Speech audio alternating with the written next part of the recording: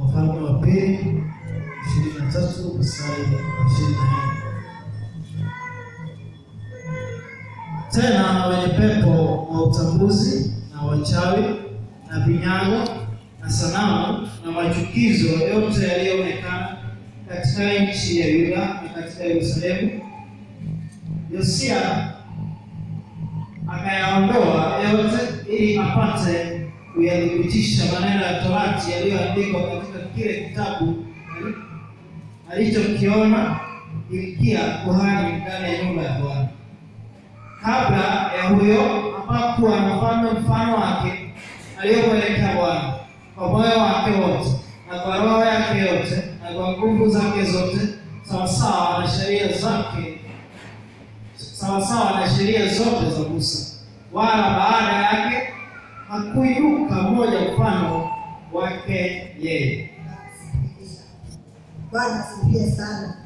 Huyo mfalme ambaye aliitwa Yosia, tunasikia kwamba aliondoa machukizo ambayo yalikuwa katika nchi ya Yuda, na katika habari zake baba yake aliitwa Amoni na baba ya baba yake aliitwa Manase. Wafalme ndio walitenda wao, walisababisha haya mambo kufanyika katika Yuda, kwa sababu ndio waliinuka na masanamu na wachawi na waganga na vinyago na sanamu na kila kitu, na walikuwa wakiabudu vile vitu. Kwa hivyo Yuda yote waliweza kufanya kama vile hao wafalme wao walikuwa wakifanya. Kwa hivyo Yosia wakati alichukua utawala, tunasikia kwamba yeye kuna Torati ambaye alifuata. Kwa hivyo hakufuata mambo machafu, machukizo, masanamu, wachawi na nini ambayo baba yake Amoni alifuata. Baba ya baba yake Manase ambaye alitumikia akaondoka katika haya mambo. Ni kwa sababu kuna kitabu ambaye alisoma, na tunajua kwamba mbele ya hawa wafalme wote kuna mfalme ambaye aliitwa Sauli, na huyo Sauli ndiye alikuwa mfalme wa kwanza wa Israeli, na akafanya hata naye chukizo mbele za Mungu, na Mungu akasema kwamba ameghairi kwa nini alimchagua Sauli.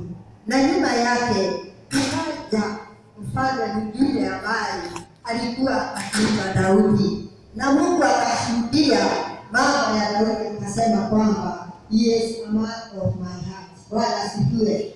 Mtu wa roho yangu, kwa sababu alimcha Mungu na moyo wake wote na matendo yake. Yeye aliamua kumtumikia Mungu, kwa hivyo hakufuata mambo ambayo yalifanywa na Sauli. Bwana asifiwe sana. Nataka kusema nini? Nataka kusema kwamba usiwe na misimamo ya watu wengine, wewe ukuwe na msimamo wako. Ndio kichwa cha wiki, uwe na msimamo wako, kwa sababu Yosia alikuwa mtoto wa Manoa, lakini neno linasema kwamba yeye aliondoa maovu yote ambayo yalikuwa Yuda na yale yaliletwa kule na Manase. Naye Daudi hakufuata njia ambazo Sauli alifuata, lakini yeye ujue kwamba ndiye alikuwa mfalme wa kwanza wa wa Israeli. Kwa hivyo ikampasa hata Daudi kumfuata, kwa sababu hakukuwa mwingine na ni Mungu mwenyewe alikuwa anamchagua. Bwana asifiwe sana.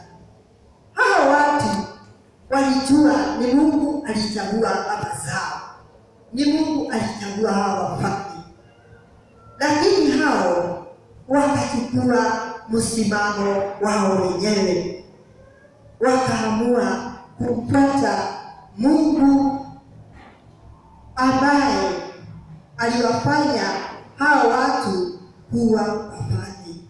Yeye ndiye alitaka wakawa wafalme, na machukizo ambao walikuwa wakitenda Mungu aliona na alijua na akaruhusu. Kwa hivyo naona Yosia na Daudi walikuwa kwenye mtego ambao ulikuwa ni mkubwa sana. Bwana asifiwe sana. Kwa sababu ni Mungu alikubali haya mambo yatendeke. Ni Mungu alikubalia na alikuwa akiona, na ikaendelea na ikaendelea. Miaka ambao walikuwa wakitawala haya mambo ndio yalikuwa yakiendelea. Lakini Yosia anasemekana kwamba alikataa mambo ya babu zake na mambo ya baba yake, na akafuata ambayo alisikia kutoka Torati.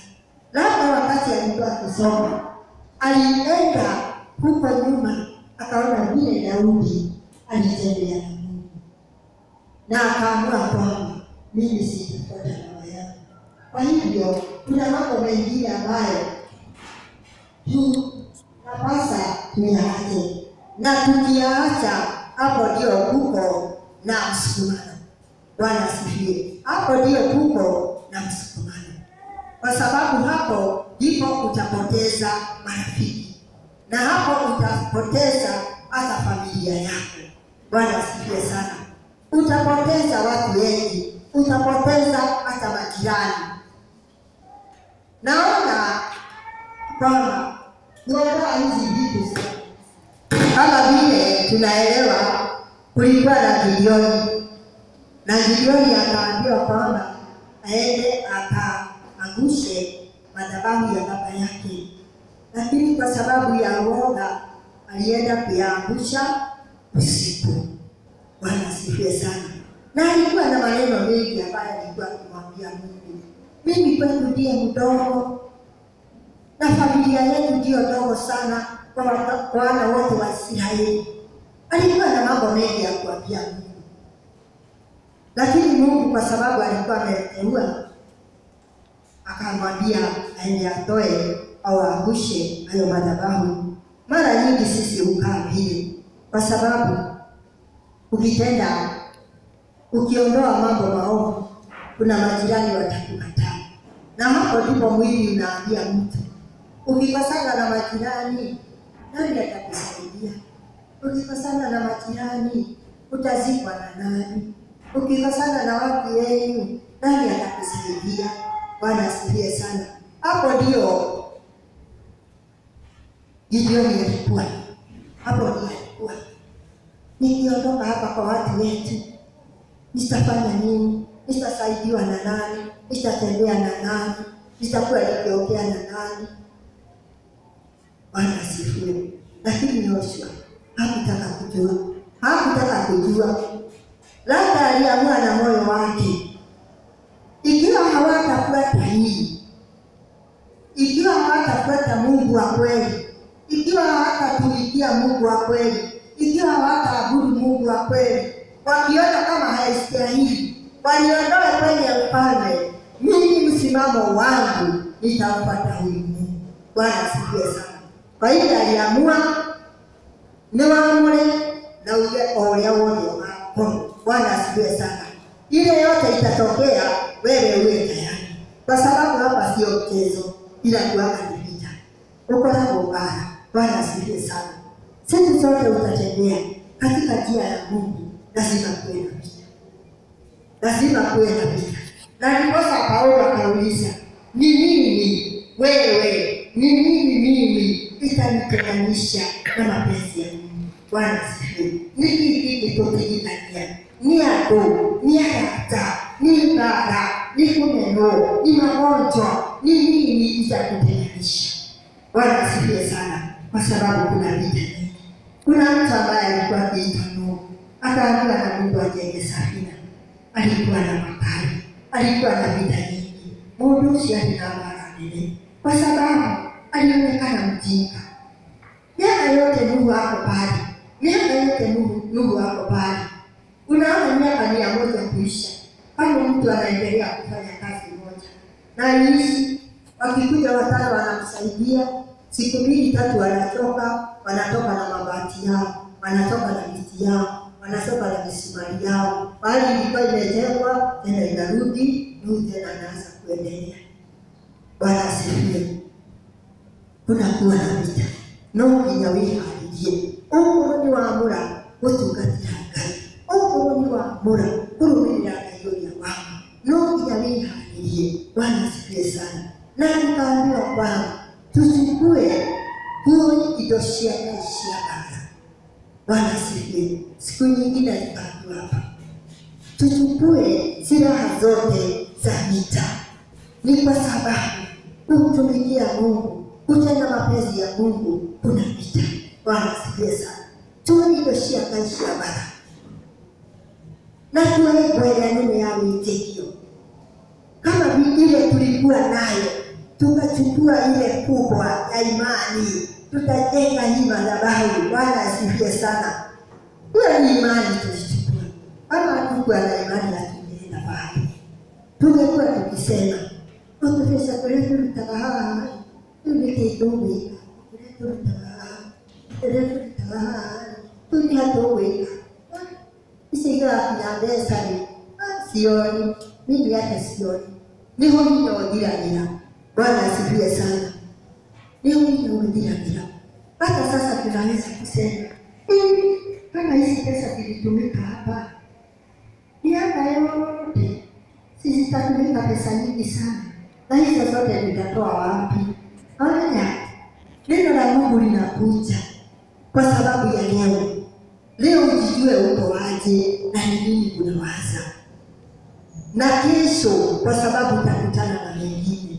Na yale yaliyopita ujue pale umetoka wapi. Bwana asifiwe sana. Unaweza kuangalia useme, hiyo pesa yote imetumika hapa na tumetoa hapa kufikia hapa na kufika huko. Hizo pesa zote tutapata.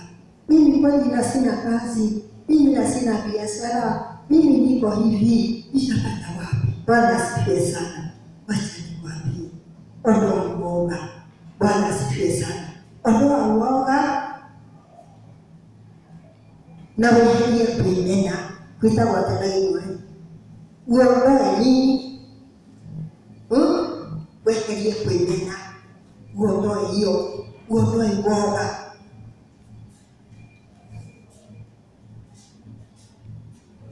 Uondoe mawazo ili kusema nini. Uondoe hiyo yote. Ondoa kazi zako, hata kazi ondoa, hata biashara ondoa. Wacha uwe kama Ruthi. Bwana asifiwe sana. Aliondoka akienda Bethlehem na Yuda na hakujua anaenda wapi. Lakini aliamua lazima niende. Liwe liwalo. Wazazi watake wasitake, watu wetu watake wasitake. Bwana asifiwe. Na mimi kwako siku ya leo ni uondoe uondoe mawazo yako, uondoe uoga, uondoe kufadhaika. Hiyo ndio Yoshua aliambiwa wakati aliambiwa na Mungu wachukue hawa watu wa Israeli waende Kanaani. Akaambia usiogope na usifadhaike. Bwana asifiwe. Na siku ya leo kuna mambo utaondoa. Kazi yako utaweka kando, biashara yako utaweka kando, kukosa kazi kwako utaweka kando, kukosa biashara kwako utaweka kando, kukosa pesa kwako utaweka kando. Bwana asifiwe sana. Uwe kama Yoshua. Leo ubaki na Bwana. Mungu anataka tubaki na yeye. Bwana asifiwe. Anataka kubaki na yeye peke yake. Leo ndani akatuambia hadithi ya mtu ambaye alitembea na Mungu. alikuwa akiona hatua zao mbili, ikafika mahali ikabaki moja. Wakati ilibaki moja, akaanza uoga, akaanza kutetemeka, akashindwa ni nini, akaanza maswali, akauliza ni nini, sasa niko peke yangu, sasa nitaendaje, sasa nitafika wapi? Huyu mauti nitauvuka namna gani? Bwana asifiwe. Lakini Mungu akamwambia kwamba sio wewe unatembea, sio wewe unatembea. Bwana asifiwe. Mimi ndiye natembea, mimi nimekubeba na mkono. Bwana asifiwe. Kwa hivyo nataka kuambia muondoe mambo yote kuingilia maisha yako, kati yako na Mungu. Bwana asifiwe. Na mawazo yetu, kwa sababu neno la Mungu linasema kwamba mawazo yetu na ya Mungu ni kama mbingu na nchi. Bwana asifiwe. Ati mithili ya maito manenanilie na makai tabi na mkono. Wakati wote tutaweka mipango yetu na tuweke mawazo yetu, tutakuwa kushinda. Lakini wakati wowote tutaambia Mungu, kama Musa vile alisema, mimi hapa siwezi kutoka bila wewe, mimi siwezi kutoka